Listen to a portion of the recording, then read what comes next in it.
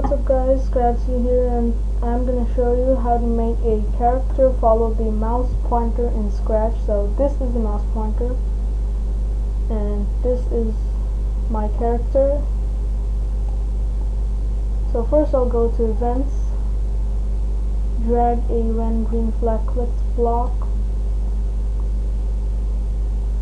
go to control, drag a forever block, go to motion and drag a go to mouse point. So yeah, let's do this.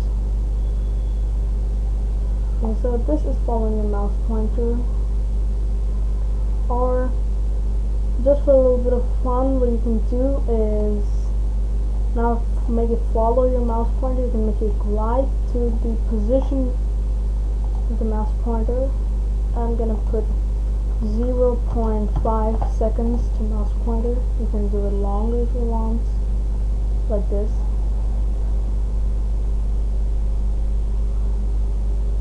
So for me, I think go to mouse pointer is better, and no, it's just better for me. And you can do one thing, you can add one more thing for just a little bit of fun, like turn 15 degrees. It'll go on like this all the time. You can also add, change color effect by 25 like this. It'll go on like this. You can change this color effect thing. You can do this to 5 degrees or anything you want. I'll leave it 5. This is a bit more slow, but I think 10 is okay.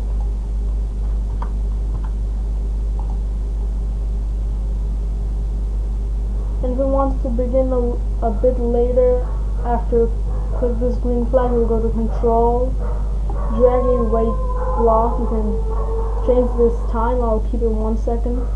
Now also drag this here.